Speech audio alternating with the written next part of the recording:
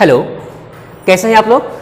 उम्मीद करते हैं कि पिछला जो आपको वीडियो लेक्चर मिला होगा उसमें निश्चित रूप से आपने भारत की नदियों के बारे में और खासकर उत्तर भारत की नदियों के बारे में अच्छे से समझा होगा।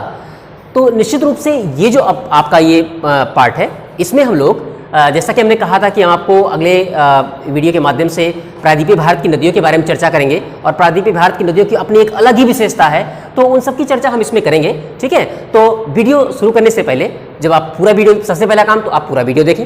ठीक, दूसरी चीज़, चैनल को लाइक, शेयर और सब्सक्राइब करना ना भूलें, जिससे आपको सारी अपडेट समय समय पर मिलती रहे। ठीक, तो चलिए शुरू करते हैं वीडियो को। बात करते हैं प्रायद्वीपीय अपवाह तंत्र की। तो प्रायद्वीपीय अपवाह तंत्र की जो सबसे बड़ी विशेषता होती है वो हमें जानना बहुत जरूरी होता है। तो प्रायद्वीपीय भारत की जो सबसे बड़ी विशेषता है वो ये है कि ये नदियां हिमालय से प्राचीन हैं, अर्थात इनका अपवाह तंत्र हिमालय के अपवाह तंत्र से पुराना है। ठीक, दूसरी चीज, ये नदियां वर्षा पर आश्रित हैं। ठीक है, वो सदाबहारी नदियां थी लेकिन ये वर्षा पर आश्रित नदियां हैं। इनके मार्ग सीधे हैं, सरल है, ढाल प्रवणता अत्यंत मंद है। ठीक, अभी इन सबका रीजन आपको बताया जाएगा ऐसा क्यों है। ढाल प्रवणता इनकी अत्यंत मंद है। ठीक, इसके साथ साथ ये नदियां ग्रेडेड होकर चलती हैं, गुम्फित होकर चलती हैं। ठीक है, और दूसरी चीज, ये नदियां अपनी प्रौढ़ावस्था में पहुंच चुकी हैं। ठीक, हर नदियों की अपनी अवस्था होती है। जैसे एक व्यक्ति युवावस्था होता है, युवा से प्रौढ़ावस्था होता है, तो प्रौढ़ावस्था होने का मतलब परिपक्व अवस्था है, तो परिपक्व अवस्था में है। ठीक है, तो ये सारी चीजें इनकी विशेषता है, ये आप याद रखिएगा। और इसमें से नर्मदा ताप्ती ये जो दो नदियां हैं, ये दो नदियां, इनका पश्चिम की तरफ प्रवाह है और ये अरब सागर में प्रवेश करती हैं और ये क्या बनाती है, ये डेल्टा नहीं बनाती बल्कि एस्च्यूरी का निर्माण करती हैं।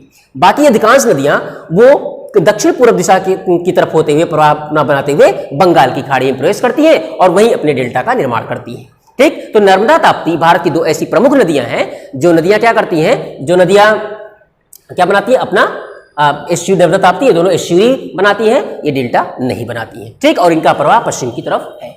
ठीक, अब जैसे हमने चर्चा की, अभी कहा हमने कि ये नदियां सीधी हैं, ढाल प्रवणता इनकी कम है। उसका मेन कारण देखो, ढाल प्रवणता कहां, जो भाग कैसा होगा, जो भाग ज्यादा अर्थात नदियां जो ज्यादा ऊंचाई से निकलेंगी उनकी ढाल प्रवणता अर्थात ढाल उनका ढाल ज्यादा होता है। प्रवणता मतलब गति, तीव्रता होता है, तो उनका ढाल ज्यादा होगा। लेकिन जो पठारी क्षेत्र से निकलती हैं वो नदियां, उनका ढाल, या जो छोटी पहाड़ी से निकलती हैं उन नदियों का ढाल मंद होता है, कम होता है। तो ये उत्तर भारत, ये जो दक्षिण भारत की अर्थात प्रायद्वीपीय भारत की जो अधिकांश नदियां हैं, ट्रॉपिक ऑफ कैंसर के थोड़ा सा उत्तर से लेकर बाकी पूरा दक्षिण तक का हिस्सा, ये नदियां सब किसी न किसी पठारी भाग से निकलती हैं या छोटी पहाड़ियों से निकलती हैं, इसलिए इनमें ढाल प्रवणता मंद पाई जाती है। और ढाल प्रवणता मंद पाई जाती है जिसकी वजह से ये नदियां सीधी और सरल रेखा से प्रवाहित होती हैं। क्योंकि इनमें बहुत वेग तो होता है लेकिन ये वर्टिकल नहीं गिरती हैं, इसलिए ये गहरी घाटियों का निर्माण नहीं करती हैं। ये भी जानिएगा, ये गहरी घाटियों का निर्माण नहीं करती, इसीलिए सीधी सरल बहती हैं। अगर गहरी घाटियों का निर्माण करती तो पहले गहराई में जाती, फिर टेढ़े मेढ़े रास्ते से बहती। अर्थात कोई मैदानी सब पठारी हिस्सा है तो नदियों को, पठार को काटने में काफी लंबा समय लगता है, इसलिए ये मियांडर नहीं बनाती। अगली इनकी विशेषता है कि ये विसर्प या मियांडर नहीं बनाती हैं, क्योंकि पठारी क्षेत्र में बहती हैं, इसलिए ना तो ये मियांडर बनाती हैं, ना ये गहरी घाटियां बनाती हैं और ना इनका ढाल तीव्र है। ये इसकी विशेषता है। अगली चीज, ये चूंकि हिमालय से पहले इनका उद्भव है नदियों से, तो निश्चित रूप से ये नदियां अपनी युवावस्था को क्रॉस कर प्रौढ़ावस्था में पहुंच चुकी हैं। तो जो भी घाटियां इनकी गहरी बन चुकी हैं वो इनकी युवावस्था का प्रमाण है। और वर्तमान में जो इनकी घाटियां हैं, जो घाटियों का चौड़ापन है वो प्रौढ़ावस्था का है। नदियां प्रौढ़ावस्था में अपनी घाटी को चौड़ा करती हैं, नदियां प्रौढ़ावस्था में अपनी घाटी को चौड़ा करती हैं, तो ये अपनी घाटियों को जो पहले से गहरी थी अब उनको चौड़ा करने का काम कर रही है, क्योंकि अब इनमें वर्टिकल अपरदन नहीं हो रहा है। ठीक है, इनका लंबवत अपरदन अब नहीं हो रहा है, अब पार्श्विक अपरदन का काम ये कर रही है। इतनी बातें क्लियर। तो ये इन प्रायद्वीपीय नदियों की प्रमुख विशेषताएं रही। ठीक है, इस प्रायद्वीपीय अपवाह तंत्र की प्रमुख विशेषता रही। अब हम बात करते हैं प्रमुख नदियां और उनके उद्गम स्थल की। तो सबसे पहले चलिए हम बात करते हैं नर्मदा की। हाँ, लेकिन एक चीज महत्वपूर्ण तथ्य में भी याद आ गया कि अभी हाल ही में जो पेपर हुआ समीक्षा अधिकारी का, जो 2016 की वैकेंसी का एग्जाम हुआ, उसमें एक महत्वपूर्ण क्वेश्चन पूछा गया था कि माही नदी के बारे में। तो माही भारत की कौन सी नदी है जो कि कर्क रेखा को 2 बार काटती है। ये देखिए माही नदी, ये यहां गई और फिर ये कर्क रेखा को ये 2 बार काटती है। माही नदी एक ऐसी नदी भारत की जो कर्क रेखा को 2 बार काटती है। ठीक, ये क्वेश्चन आपका क्लियर हो जाएगा। चलिए अब बात करते हैं नर्मदा की। तो नर्मदा नदी का उद्गम अमरकंटक के पश्चिमी भाग से होता है। अमरकंटक पहाड़ी के पश्चिमी भाग से नर्मदा नदी का उद्गम होता है। ये हिस्सा आप देख लीजिए, ये उद्गम स्थल है, ये प्रवाह क्षेत्र, याद रखिएगा हमेशा ठीक है, तो इसका उद्गम कहां होता है? अमरकंटक पहाड़ी के पश्चिमी भाग से होता है। ठीक, उसके बाद ये सतपुड़ा, ये यहाँ विंध्याचल पर्वत है, सतपुड़ा है, तो सतपुड़ा और विंध्याचल पर्वतों के बीच से ये भ्रंश घाटी से प्रभावित होती है। एग्जाम में ये भी पूछा जाता है कि नर्मदा नदी किस भ्रंश पर्वत के बीच से गुजरती है, तो नर्मदा नदी ब्लॉक पर्वत सतपुड़ा और विंध्याचल दोनों ब्लॉक पर्वत की श्रेणी में है, तो सतपुड़ा और नर्मदा के सतपुड़ा और विंध्याचल पर्वत के मध्य से होकर एक भ्रंश घाटी से प्रभावित होती हुई भड़ौच के दक्षिण में, भड़ौच गुजरात में, भड़ौच के दक्षिण में ये अरब सागर में प्रवेश करती है और वहीं एस्च्यूरी का निर्माण करती है। एस्च्यूरी मतलब ज्वार नद मुख, अर्थात नदी का मुख वहां बनता है, नदी वहां गिरती है जहां की ज्वार आता है। तो ज्वार कहां आएगा? अरब सागर के खड़े ढाल वाले क्षेत्रों में ज्वार आता है। ठीक, ये ज्यादा ज्वारीय क्षेत्र, ये कम ज्वारीय क्षेत्र, क्योंकि इनका ढाल थोड़ा सा क्षैतिज है और ये वर्टिकल है। तो जो वर्टिकल क्षेत्र होते हैं वहां जल यहां तक पहुंचता है, गहराई ज्यादा होती है, इसलिए ऊंची ऊंची लहरें उठती हैं, तो वो ज्वार का क्षेत्र। तो ऐसे ज्वार का क्षेत्र जहां नदी अपना मुख तैयार करे, अर्थात ऐसे ज्वार का क्षेत्र, वह क्षेत्र जहां ज्वार आता हो और नदी वहां प्रवेश करे, ऐसा क्षेत्र जहां ज्वार आता हो, नदी वहां प्रवेश करे, तो उसको हम ज्वार नद मुख कहते हैं। तो वो कौन सा है? उसी को हम इंग्लिश में एस्च्यूरी कहते हैं। तो नर्मदा नदी विंध्याचल और सतपुड़ा पर्वत के भ्रंश घाटी से प्रभावित होते हुए वो भड़ौच के दक्षिण में एस्च्यूरी बनाते हुए अरब सागर में प्रवेश करती है। इतनी बातें क्लियर? चलिए दूसरा देखते हैं, तापी। ये बैतूल जनपद के मुल्ताई पहाड़ी, बैतूल जनपद की मुल्ताई पहाड़ी है तापी, ये बैतूल जनपद है कि मुल्ताई पहाड़ी है, तो बैतूल जनपद की मुल्ताई पहाड़ी से ये निकलती है। ठीक है, बैतूल जनपद के मुल्ताई पहाड़ी से ये निकलती है और ये सतपुड़ा के दक्षिण में प्रवाहित होती है और वहां से फिर आते हुए ये भी एस्च्यूरी का निर्माण करती है, अरब सागर में प्रवेश करती है। इन दोनों ही, नर्मदा और तापी दोनों ही नदियों की विशेषता, ये दोनों भ्रंश घाटी से प्रभावित होती हैं, दोनों ही एस्च्यूरी बनाती हैं और दोनों की दिशा पश्चिम है और दोनों ही अरब सागर में प्रवेश करती है। क्लियर? चलिए अगली चर्चा करते हैं। हाँ, एक चीज और, अब इसकी प्रमुख सहायक नदी क्या है? यहां नाम नहीं लिखा हमने, ये पूर्णा। ठीक है, ये पूर्णा इसकी प्रमुख सहायक नदी है। ताप्ती की प्रमुख सहायक नदी कौन सी है? पूर्णा है। ठीक, अब बात करते हैं महानदी की। तो महानदी क्या है? रायपुर कहां है? छत्तीसगढ़, ये वाला हिस्सा है, ये वाला हिस्सा है। ठीक है, ये उद्गम स्थल है। तो रायपुर के सिहावा, पारादीप के पास बंगाल खाड़ी में गिरती है, तो रायपुर के सिहावा के पास से, रायपुर के सिहावा के पास से किसका उद्गम होता है? रायपुर के सिहावा के पास से महानदी का उद्गम होता है। रायपुर के सिहावा के पास से महानदी का उद्गम होता है और ये वहां पर है पारादीप पत्तन। यहां क्या है? पारादीप पत्तन। तो पारादीप पत्तन के पास ये बंगाल की खाड़ी में प्रवेश करती है और ये डेल्टा बनाती है।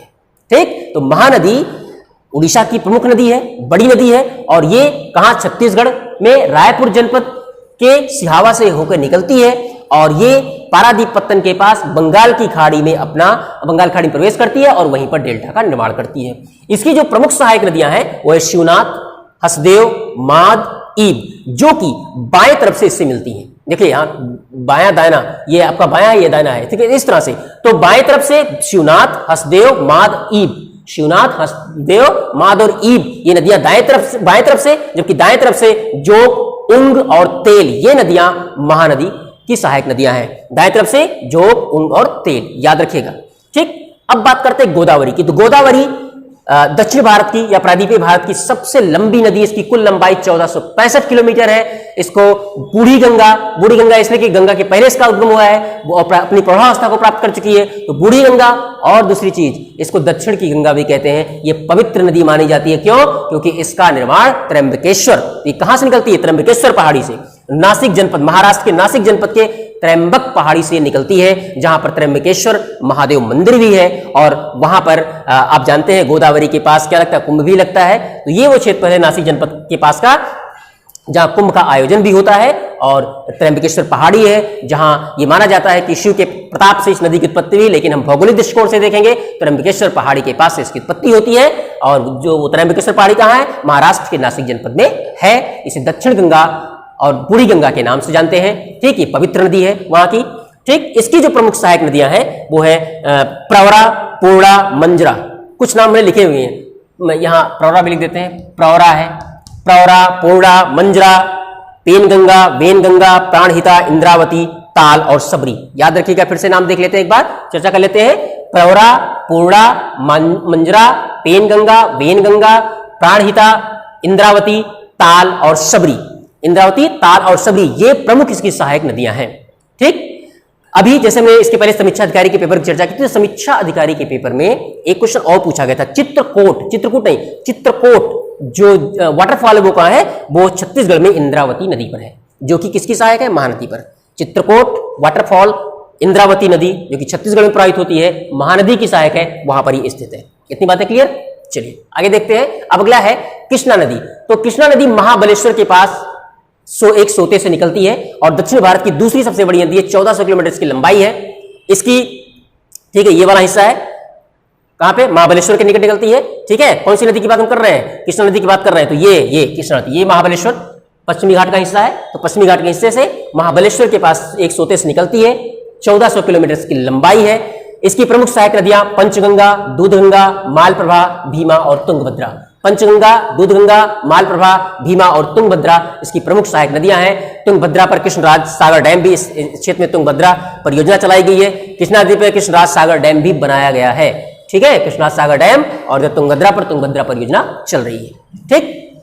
इसके अलावा बात करते हैं हम अब उसके बाद, हाँ एक चीज और, गोदावरी की बात करते थे। गोदावरी की जहां चर्चा की, एक चीज छूट गया था कि ये अमलापुर के पास बंगाल खाड़ी में प्रवेश करती है। अमलापुर आंध्र प्रदेश में। तो गोदावरी जो दक्षिण गंगा के नाम से जानी जाती है, वो अमलापुर के पास आंध्र प्रदेश में बंगाली खाड़ी में प्रवेश करती है, ठीक। तो कृष्णा की बात है, कृष्णा क्लियर हो गया, ठीक है। तो कृष्णा, हाँ। और अब देखिए हम कह रहे थे कृष्णा की प्रमुख सहायक नदियां पंचगंगा, दूधगंगा, मालप्रभा, भीमा और तुंगभद्रा है। ये कहां प्रवेश करती है बंगाल खाड़ी में? ये भी डेल्टा बनाती है बंगाल की खाड़ी में, विजयवाड़ा के पास, आंध्र प्रदेश के विजयवाड़ा के पास ये बंगाल की खाड़ी में प्रवेश करती है, वहीं अपना डेल्टा बनाती है, ठीक। बात करते हैं कावेरी नदी की। तो कावेरी नदी का उद्गम स्थल ये कोडगु जनपद, कर्नाटक के कोडगु जनपद के ब्रह्मगिरी पहाड़ी, ये वाला एरिया कोडगु जनपद के ब्रह्मगिरी पहाड़ी से वो निकलती है।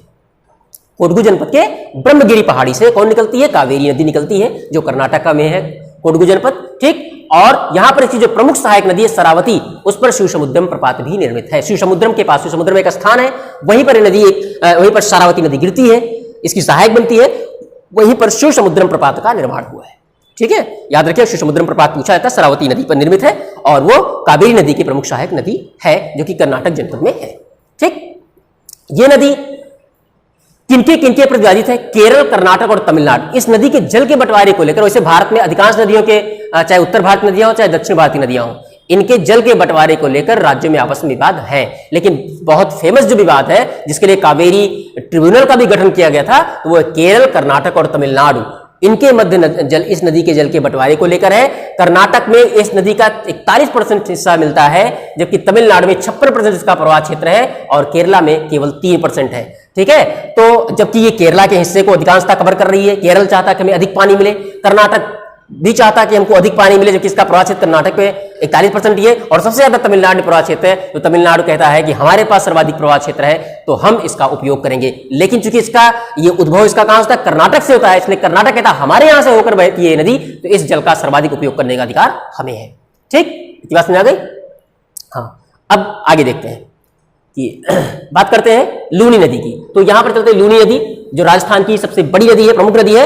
ये अजमेर के पास अरावली के दक्षिण पश्चिम से, अजमेर के पास अरावली के दक्षिण पश्चिम से इस नदी का उद्गम होता है और यहीं पर ये क्या करती है? मरुस्थलीय क्षेत्र से होते हुए, अंडरग्राउंड होते हुए ये फिर कच्छ के पास दलदली क्षेत्र में आकर समा जाती है। कच्छ के पास दलदली क्षेत्र में आकर ये समा जाती है, ठीक। बात करते हैं साबरमती की।